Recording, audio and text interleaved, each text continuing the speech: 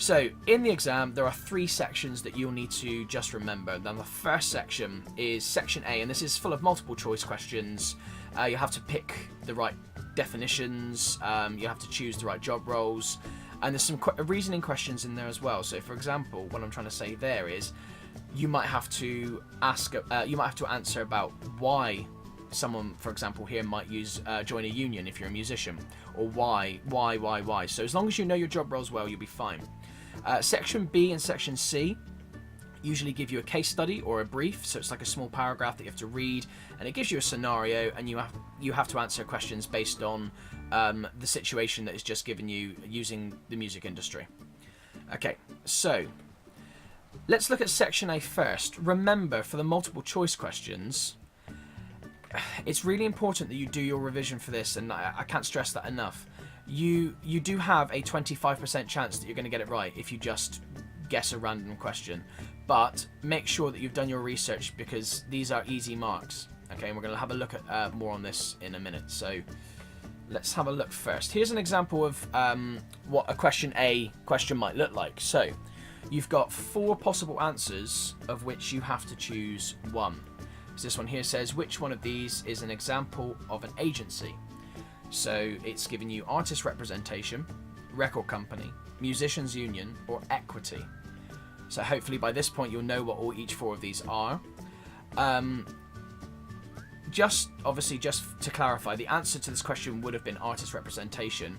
We are going to look at what this means in a minute, so don't panic if you think I've just rushed on. We are going to look at this. I just wanted to show you how the question looks and how it's designed.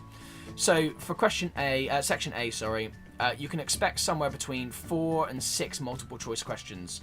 So like these ones here that I'm showing you here, question 2 and 3.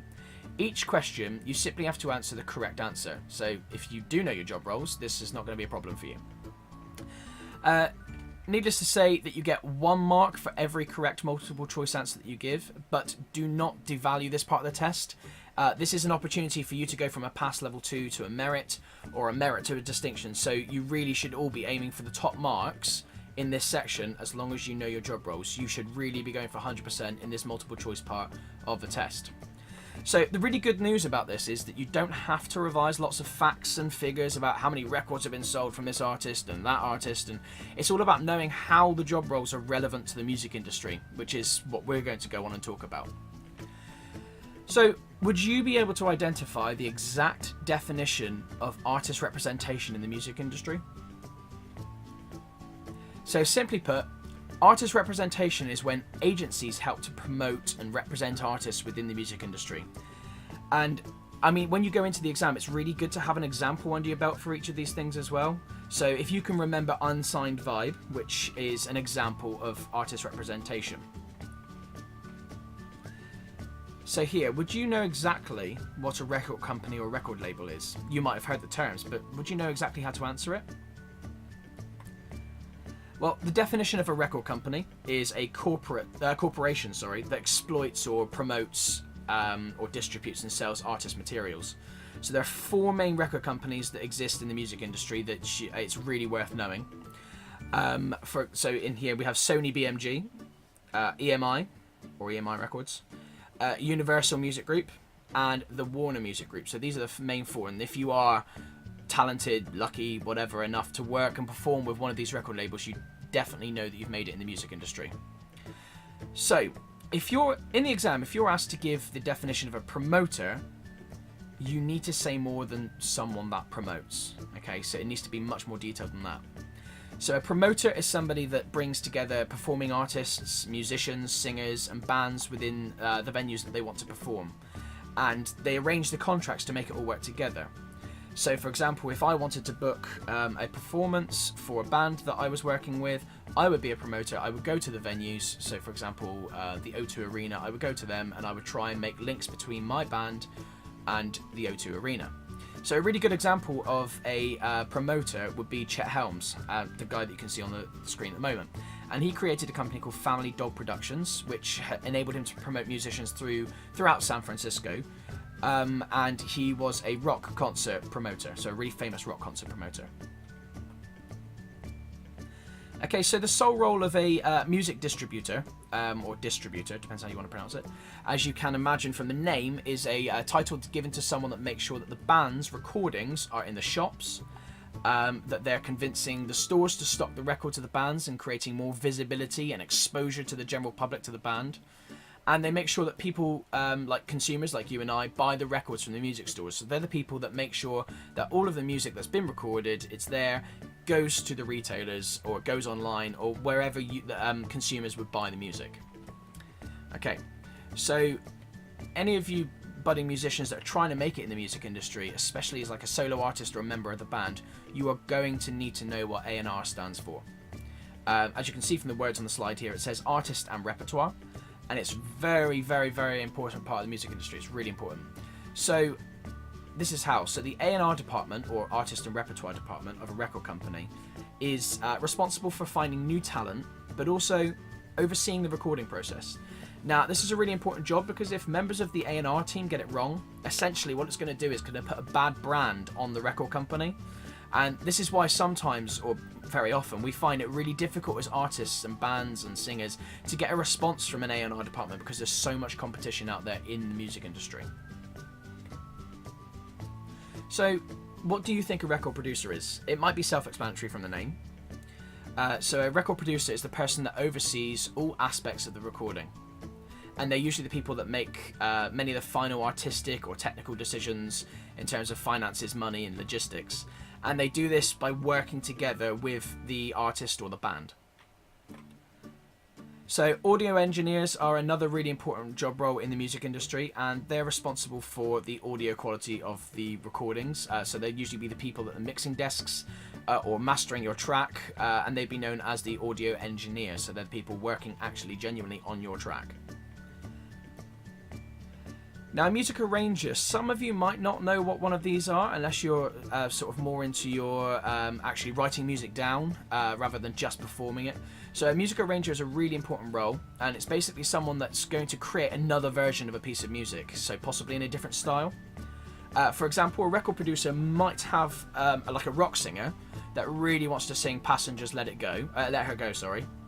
Now, the record producer would then contact the music arranger and say to them, right, okay, we've got a rock singer and she's really amazing, but she wants to do a cover of Let Her Go, and we want this composed in the style of like a rock song.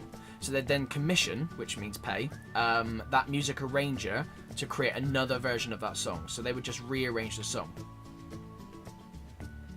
Okay, so the musicians union. So as you can read, it's a type of union, and for those that don't know what a union is, it's a group that helps out a trade for certain things, and we're going to look more about what the musician union does. So the musicians union is really, really important in the music industry, and it's a union that protects musicians. So if you pay to be in a union, essentially what you're doing is you're actually being protected legally when you sign up contracts to enter into an agreement to perform somewhere. So for example, myself, I'm part of a teachers union, which helps me legally and helps me with my contracts. It also gives advice and that sort of thing. So musicians have the same thing. As you can read here, you are a musician, you are not an accountant, a lawyer, or a politician. So the union would help you just stay as a musician. You don't have to worry about finances as much, or law, or politics surrounding you as a musician. So that's where they would help out there. Okay. So, a music journalist. It should be quite self-explanatory. You should know what these are. If you don't, it doesn't matter. We're going to go on to it now. But a music journalist is someone that provides criticism about music and reports it either online or in magazine. So, for example, you have NME, which you showed there, or Billboard. Kerrang is another one as well. So what they do is they just talk about music and they criticize it constructively, sometimes destructively, and then they put it together in like a magazine. So they're like a journalist just for music. Okay, so this next one here is quite specific because there can be two examples of a music director. And they're very different, so be really wary of the context of the scenario it's asking about. If a music director question comes up, just be really careful, because a music director could be a director of an orchestra or a concert band, or the person responsible for... It could actually be the person responsible for making the music available in the correct format for session musicians, like at recording studio. So you can either have a conductor, director to live musicians, or a director that just makes sure that everything's set up in the right place for the musicians coming in to a recording studio. Okay, so what do you know about licensing? You might have heard the word before, but what do you really know about it? And this is where we're going to go into acronym territory, and it's vital that you understand what these stand for. So I'm going to give you a couple of these acronyms. It's really, really important that you know what these mean. So firstly, PPL, and it stands for Phonographic Performance Limited. And what this essentially is a licensing company that, or a performing rights organisation. If recorded music is played in a public space, a license is required from PPL. So, for example, at Lou Academy, we have to obtain a license from PPL to play recorded music in the building, because it's like a public area. So, for example, the people, Mr. Green usually would be involved in making sure that licenses from PPL are obtained. So, over in the music department, I'm able, or anywhere in the school really, I'm able to play music, and we've paid a license for it. So, the next one is PRS. Now, this is another license that's slightly different, and you might get confused between the two. As long as you remember the differences, you'll be fine. But this one here, PRS, is all about copyright collection and performing rights. In fact, PRS stands for Performing Rights Society. So what it does is it collects fees for live or broadcast performances. So you might be playing a live performance from sheet music, or chords, or tab, and the PRS will collect the money for you. So again, Lou Academy has to deal with PRS, especially when we perform concerts, as a lot of the music we perform is from sheet music or chords, for example. So another example would be television broadcasters like the BBC have to pay this as well, especially if they play music on TV, like live music, because it's broadcast across the country. So the next acronym is PLAZA. And this is another one that you need to know. This stands for the Professional Lighting and Sound Association. So the people that would be involved in this trade association are people like Mr. Stevenson, who specialises in lighting and sound for live performances. So PLAZA is basically a group of companies that all specialise in events and entertainment technology, so like lighting and sound rigging. Now this association is not so much a union, but it's more of it is an association, because what they do is they hold events, and they publish news and help maintain standards across technical requirements, sort of worldwide really.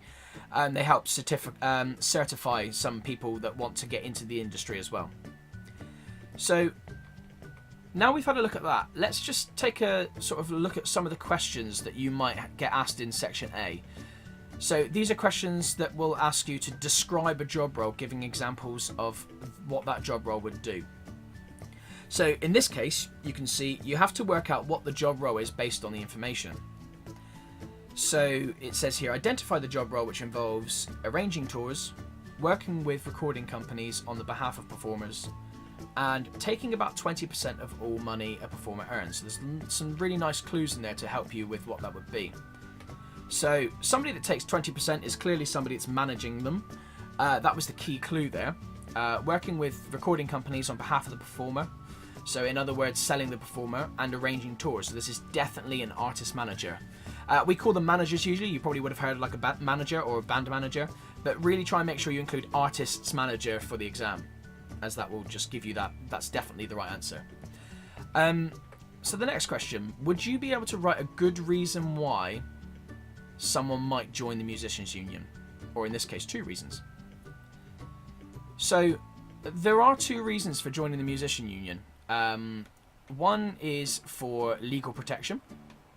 It's really important that you talk about legal protection, okay? Make sure you get the terminology correct here. You want to be protected by law against anyone that might not pay you or not want to pay you the right amount. I mean, you've earned that money. You're there to earn the money, and if they don't pay you, you need to make sure that your musicians union can help you out. The second one is for contractual support. So this is about getting the right contract for what you're performing at a certain venue for a certain length of time. So if you've been contracted to perform for the whole week, and in fact you get there and they say, actually, we only need you for tonight, you've got a contract, and they should be sticking to that contract, and you can get advice and help from your union. Okay, so do you know enough about your licenses to be able to answer this question? So name the organisation responsible for collecting money each time a piece of music is played on TV. So we've just spoken about this a little while ago. So in this case it is PRS, or the Performing Rights Society. So the PRS is an organisation, as I said, that's responsible for collecting money each time a piece of music is played on TV. So for question 9 here, state which role is responsible for ensuring the music is available and in the correct format for a session musician at a recording studio. So it's asking you who's responsible for making sure that music is available in the correct format in a recording studio. Hopefully you'll know that this is a music director. Remember, like I said a second ago, a music director can be one of two things. It can be a conductor for an orchestra, or the music of a play or a musical, but also in a recording studio it would be the person that would set everything out and make sure everything's ready for when they arrive. Okay, so this is a question about employment, and this could come up as well. So would you feel confident enough to give 2 characteristics of freelance employment? I mean, do you know what freelance means? What is it like to be a freelance musician? So, a freelance musician, or any other freelance artist, is likely to be employed on like a short-term contract. So freelance just basically means almost like self-employed, so they're free to do what they want. They're not stuck to a certain place. Freelance musicians are hired to complete specific tasks or job roles. So the example that is given here is for a classical violinist. They could be hired just for the last night of like the proms that's on TV sometimes, every year actually, at the Royal Albert Hall, and their contract might just be for one night. If you look at the book underneath there, it gives you a tip as well. It's also worth mentioning that freelancers work for a variety of different people, so they're not just stuck in one job working at the same place every day. Their job would really usually be quite varied. Okay, so if you're an artist and you manage to get yourself onto a tour, obviously that's a really, really good thing. But could you say specifically why in an exam? So the answers here seem really logical, and that's because they are. A lot of the questions that involve scenarios have really fairly obvious answers. So in this case, I've put here, provides a really good exposure to them in the public eye. If a band comes up and performs, it's giving them exposure to a massive amount of people, and that links to the second question, second answer I've given here as well. So it's an opportunity to play at large venues to large audiences. Again, a tip to remember is that it's worth mentioning that by going on tour, it allows artists to work with other well-known and famous acts as well. So you could also be a supporting act as well to get going. A lot of famous artists started off as supporting acts from bigger artists as well. So for this question, nice and simple, give one reason why a sound check is important. Again, it will have a logical answer. So doing a sound check is crucial for any studio recording or big public performance. And here are the reasons. We need to make sure that all the microphones are working correctly, so you don't want any crackling, for example. Second, you need to check sound levels of the instruments to make sure everything can be heard okay and everything's balanced correctly, because what you don't want is you don't want drums in a rock band. You don't just want the drums to be heard over everything, because that obviously wouldn't be very good. Third, you want to make sure that all of the instrumentalists and singers can hear themselves on stage. But obviously this can apply to a studio recording as well. So everyone needs to be able to hear themselves through the monitors, else they could be going completely out of time to everyone else. Okay, so let's take a look at section B. So we've covered section A and possibly section C in this as well, because they're both case studies. So you're going to be given a brief, a small paragraph that you need to read really, really carefully. You need to read it very carefully before you even think about answering any of the questions that will follow. So in this case, here, some good advice would be to underline keywords or phrases in the brief that you think will become relevant later on in the questions. So here, TTP, so Tiny Town Productions, or TTP, runs showcase tours around the UK to launch exciting, new, unsigned talent into the UK music scene. They're looking to put on shows in places that they've never been to before to expose their artists to a youthful audience of 18 to 25-year-olds. They're looking for local promoters. These promoters will bid for contracts to run TTP showcase events. They must know about their local music industry and be familiar with local venues and companies that would help put on a show. Okay. So, as I said before, underline the keywords in the brief that you will know, because it will help you answer questions later on. You need to underline them to make sure that you just can quickly go to those words. So, one of the questions that you might have is a sort of match-up question. And in other words, drawing an arrow between, in this case, venue A, venue B, venue C, to the options on the right-hand side. So let's just have a look at venue A a second.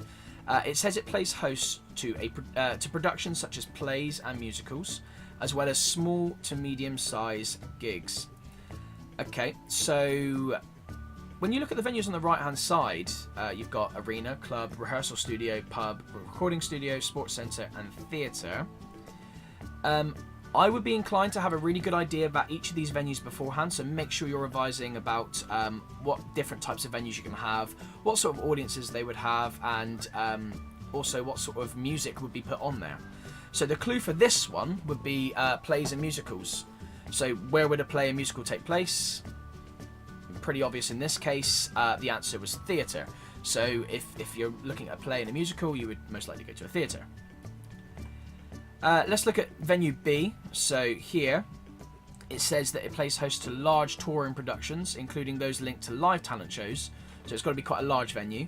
It also says that it sometimes hosts sports events such as basketball and ice hockey. So you might want to be really careful here, because you might go straight to the sports centre because you saw the words basketball and ice hockey. But these don't usually host talent shows. So if you've seen shows such as Britain's Got Talent or X Factor on TV, you'll know that they usually hold the live shows in really large arenas such as like the O2. And these places also hold sporting events throughout the year as well. So this is a really tricky question, this one. A sports centre, remember, isn't likely to host live talent shows, so I would go with arena. So if we look at venue C, venue C holds regular music evenings, including traditional music and jazz in its large function rooms. So where would you find function rooms? It says also it's famous for having a fine selection of cask ales. So I think that last line there gives it away as to what it's going to be. So of course it's a pub. Remember that pubs usually have large rooms known as function rooms where events can be held, such as like small gigs. It's actually usually these places, such as pubs or social clubs, that bands begin their sort of journey into stardom, if you will. Okay, so it's incredibly likely that you're going to get, or at least one or two, maybe even more, a couple questions on health and safety in the exam. That's because it's fundamentally one of the most important things to check off on your to-do list if you're setting up a music event. It could be a small one, a medium one, a large one, it doesn't matter. Health and safety is absolutely crucial for when you're setting up an event. So really do your revision on health and safety. So let's have a look. The question given here is TTP is keen to ensure, this is still about the brief, remember, that we read earlier on. TTP is keen to ensure the venues that they use have appropriate health and safety procedures in place. Explain one measure in which a venue can ensure audience safety. So can you work out from these clues here in the pictures what health and safety measures you need to put in place?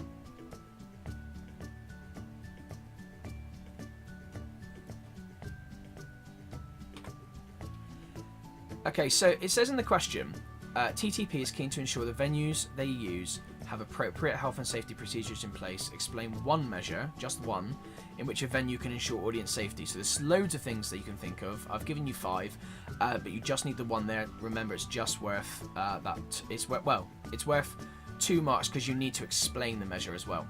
Okay, so you give the measure and you explain it. So if you have a look here, the top left-hand corner is door staff, so security staff on the doors, which is really important. The next picture along is a fire exit sign that we often see on top of doors. A venue would need to have really good and clear signage. It's really important that that happens in a massive venue like that. Third picture along is an icon reminding you about public announcements to give clear information to your audience. That could be another one. So if you think about it, when you go to like a concert, or a gig or anything like that, especially in a large arena, and you have that tannoy system that tells you to go back to your seat for the second half of the concert, the show. That's another way of, it's a really useful way of keeping your audience in the right place. So the fourth picture along are stewards to make sure that no audience members should have to worry about tripping over any, no audience members should have to worry about sort of being in the right place at the wrong time, or they're behaving appropriately. And the fifth picture is to remind you that venues need to make sure that no audience members should have to worry about wires. Like I said, you could be shocked, you could trip over. The venue would have to make sure that these wires are well covered up. So any of those answers would have been absolutely 2 marks straight away. So let's read this question really carefully. You need to list 2 factors that a promoter would have to consider when choosing venues for the TTP tour. Again, refer back to the brief. Other than the cost or the size. So you cannot talk about the cost of the size. Make sure you read the question really carefully, because you wouldn't get any marks at all if you listed anything to do with money or how big the venue is. You just won't get a mark. So make sure you read it carefully. Some of the clues on these pictures here should be able to help you out.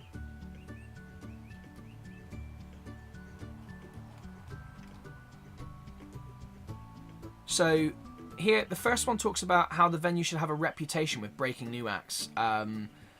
So this relates to the brief, if you reread the brief again, because they're wanting to do that. They're wanting to break out their new act. The tours focus on unsigned acts, so the artist will have to rely on the venue to attract attention to the audience. The second one talks about really good transport links, so you want to make sure that your audience is easily able to get to the venue. If your audience can't get there, then you're not going to be able to sell as many tickets, and obviously that's a bad thing. Another important point to remember and worth bearing in mind is that it did say in the brief about the audience members being sort of targeted at 18 to 25 years old.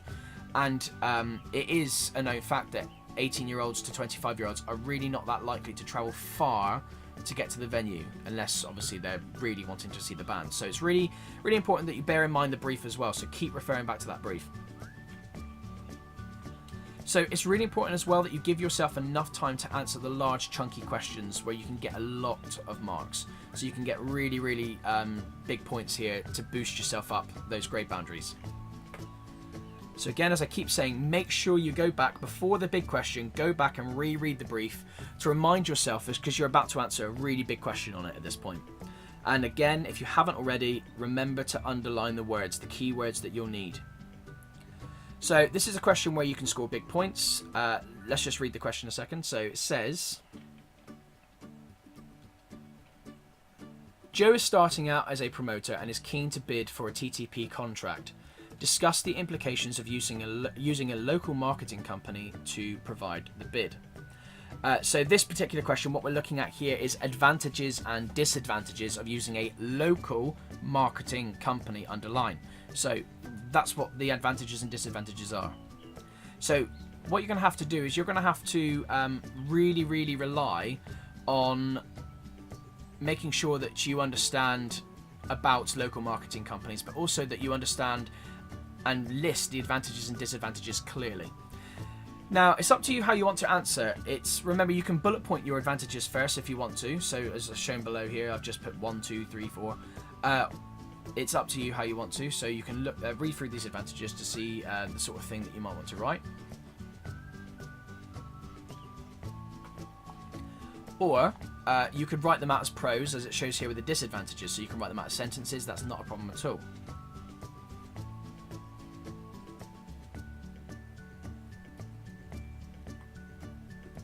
So finally, let's have a look at section C.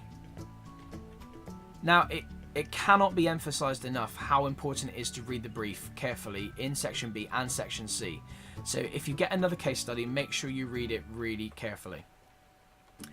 So if you remember a while back the slide about music distributors, can you put it into context now?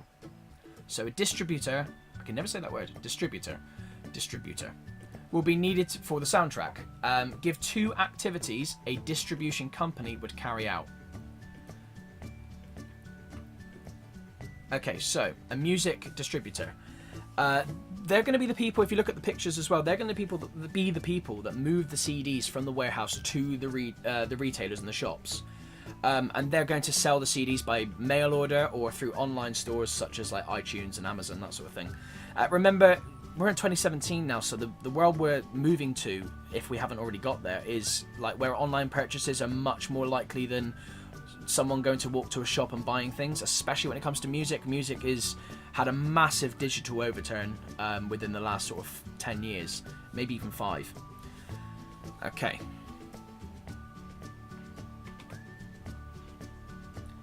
So in this question, you're asked to identify job roles again based on a quote from 2 people. So here you can see Sarah and Wayne both have said something, and you need to try and identify their roles below. So again, if you know enough about job roles, you shouldn't have a problem with this question. Okay, just for section C, there is, well, here are the answers, for example. But for section C, just like section B, there is a likely chance that you're going to get a big chunky question at the end, where you can get lots of marks again, especially if you've done your revisions. So let's just take a look at one of those questions.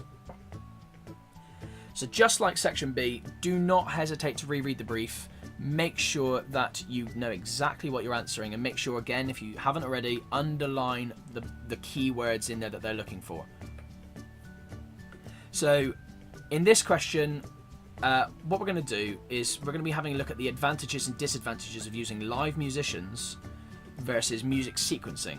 So music sequencing, in other words, computerized digital music to create his soundtrack, so GarageBand, for example. So let's look at this question. Evaluate whether it would be better to fulfill the Fashion Wars brief using live musicians or sequence music composed and performed digitally.